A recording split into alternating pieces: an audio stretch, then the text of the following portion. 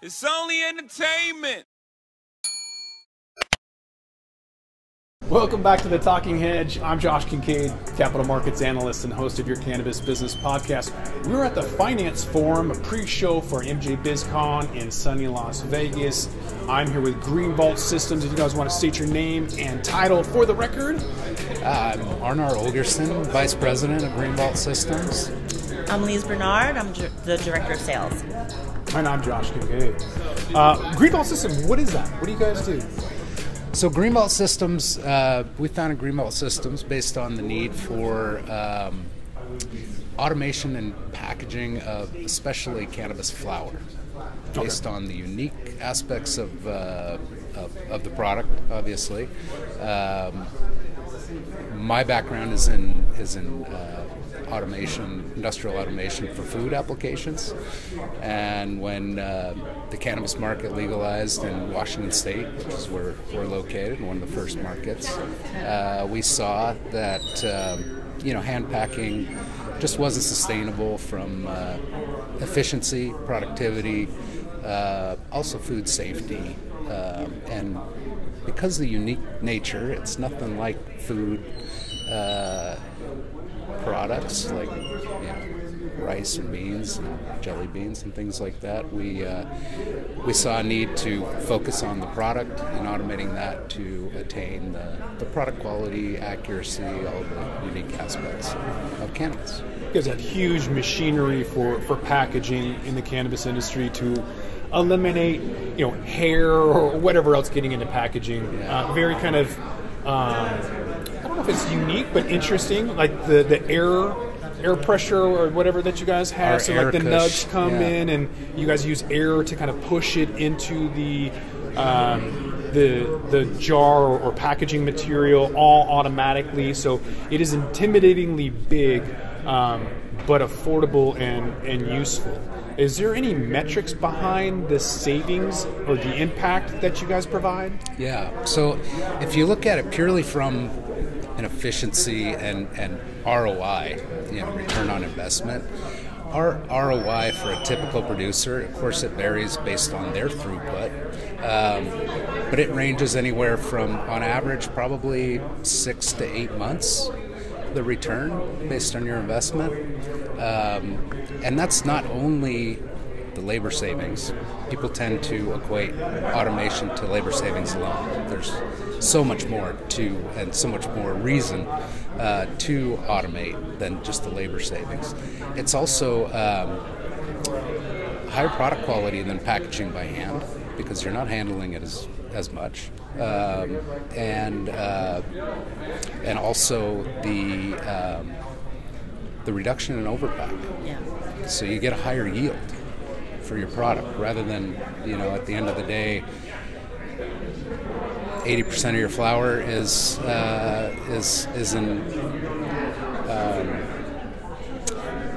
weighed out and packaged as flour, which is your highest value product. You're going to be much higher yield, in the 90s. To give a comparison, I think on an eighth, so in the U.S., eighths are really popular. So our clients tell us that when they hand pack on a really good day, their average weighment is 3.6, right? And ours, you're going to be at about 3.55. And when you do the math on that day after day, there's a huge savings, and just like Arnar was saying, so many people wrap their heads around it's just about labor savings, but it isn't. There's so much more, and for us, that's a big part of why the ROI in a machine this big and costly is so quick. And in Canada, there wouldn't, from a regulatory standpoint, there wouldn't be that liberal application to excess because they demand 100% accountability on all products. So if you were to add 3.6, they would be asking, where's that other 0.1 gram at, right? So having something that's more accurate is going to be a requirement as we move into more ISO and GMP international certifications, right? Yep. These requirements that require full 100% accountability to all the product, where if you're making a pre-roll machine, you can't just have your ground cannabis laying all over the place, and if it says 1 gram, they're going to want it to be 1.1 or 0.9 or whatever, somewhere around that. So there's definitely some regulatory standpoints that are going to require machines like yours that are higher requirement and accuracy. Right. When you think about products that you buy in a net weight capacity, right? We don't even know it. We go to the grocery store, we buy things in net weight all the time. Whether it's a bag of peanuts, your cereal, potato chips, those are all sold in net weight capacity. So they have an average weight. NIST is a regulatory body here in the U.S. that sets the standards for how far you can vary for most applications. In cannabis, these are very small denominations that we're talking about in cannabis, right? 3.5 grams. Not many things you go to the store and buy in a net weight of 3.5. You're usually talking ounces or pounds, right? And so the regulation, like you said, is based on a percentage from that net weight, plus or minus. Canada, I believe, and California are the two most stringent. Typically, NIST would allow that denomination plus or minus 10%. They only allow 5%. When you think about that, let's say on a 1 gram package, that is 0.05 of a gram. And to put that in perspective, 1/100 of a gram is, a dollar bill. If you cut that, it's 1 gram. Cut that into 100 pieces, take 5 of those little pieces, that would be 0.05 of a gram. So that resolution and weighing everything that we produce is dialed in to be very, very accurate. That's one of the demands of this industry over any other industry that I've come across. Everything weighs to 1/100 of a gram, and that's why we're able to meet those regulations, right? And that's very hard to do by hand. Even if you had all the labor in the world to throw at it, it's just very difficult to do in a non-automated process. We've seen a lot of product shrinkage as a result of inflation. So paper towels that were at 100 count are at 75, cereal, the boxes are getting smaller, ounces and everything. All the metrics and units are getting smaller, but the prices are remaining the same. So visually, you're like, oh, it's still the same price, but you're actually getting a lot less. Sure. Cannabis seems to be one of the only things that's kind of increasing, I guess, or at least kind of staying the same for now. Yeah. I'm wondering if you're starting to see any pressure. You had mentioned, though, during COVID that sort of improved your business standpoint a little bit because people saw the need. There's a harder or more difficult time to find labor, and so they need that automation. Are you finding people looking for specific solutions? Do they need everything? Like, where is that demand now? I'm going to let you. It's grown. So I think, way back when we first started, people were really more concerned about the batching part of it, right? That's your weighing and your batching, and all your packaging starts with the weighing and the batching. But now, as our clients grow, and their sophistication grows, and their comfort with technology grows, so are we, right? And the nice thing about what we do with our equipment, it's all modular. So I always tell people, think of big Legos, right? Much bigger than Legos, but we design it so that it can grow with our clients. So they can start with the weighing and the batching. And they can say, you know what, we want it automatically going into jars. Now we're ready for capping. Now we're ready for labeling. And we can add on their timeline. And we're seeing, I think, probably 30 or 40% of our clients now are moving into that further automation, where before it was much less. Yeah, there's definitely been a shift over the last few years. Yeah. It was more simple solutions here 2 years ago. The batcher was, as a standalone unit, right, was the vast majority of our sales. Now it's kind of evened out to where it's pretty balanced now with the further automation. And our clients have gotten more sophisticated, right? They're growing in their automation. They're getting their boots under them and figuring out exactly what they want. So it's just a natural progress.